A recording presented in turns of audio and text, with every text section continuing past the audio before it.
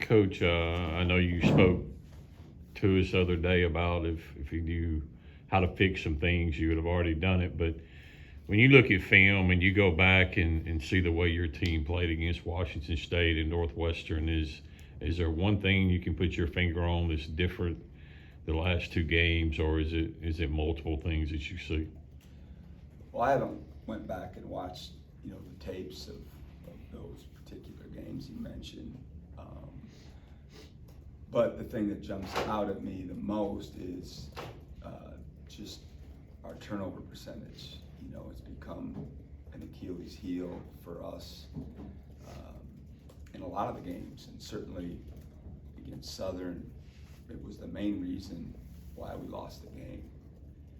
We certainly could have done better in a lot of other areas, but that was the one area that seems to continue to haunt us the most.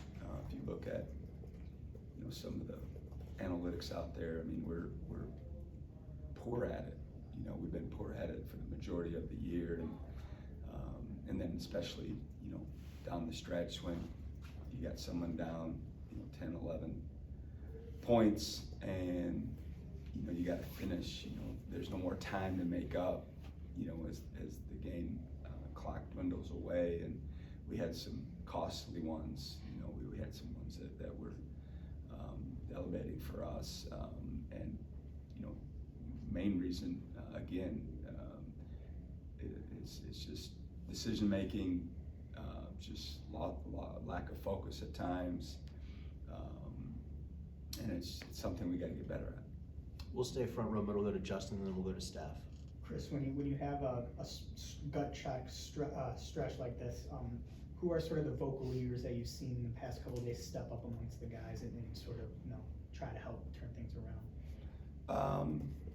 As far as since Sunday afternoon, that remains to be seen. With finals, like most teams across the country, we have a big gap in games to let them deservingly so focused on their books and taking care of their academics. And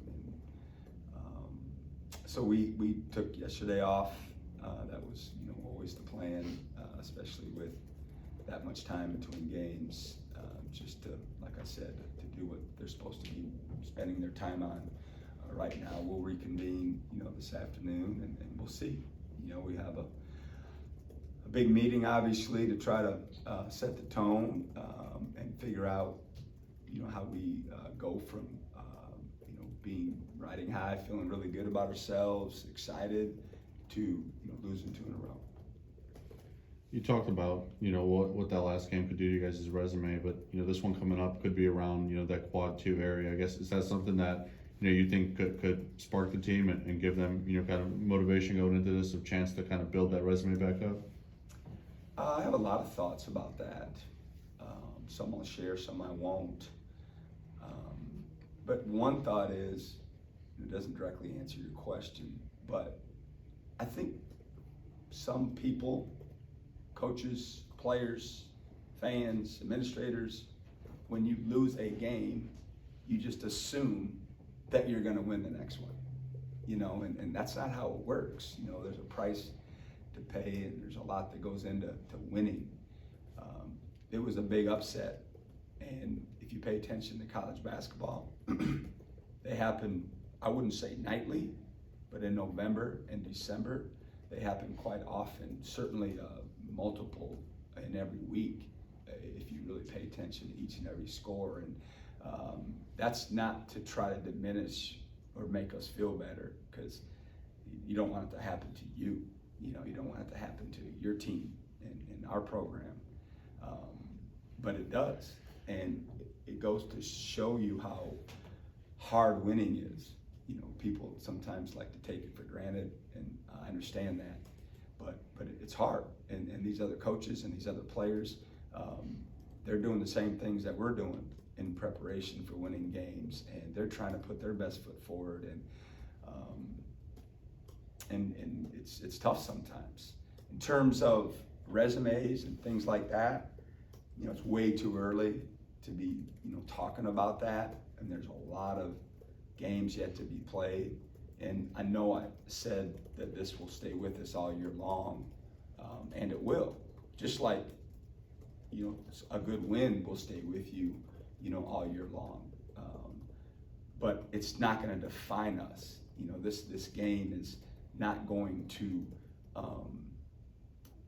know, just keep us out of the NCAA tournament or have anything to do with, you know, where we end up in the SEC conference race.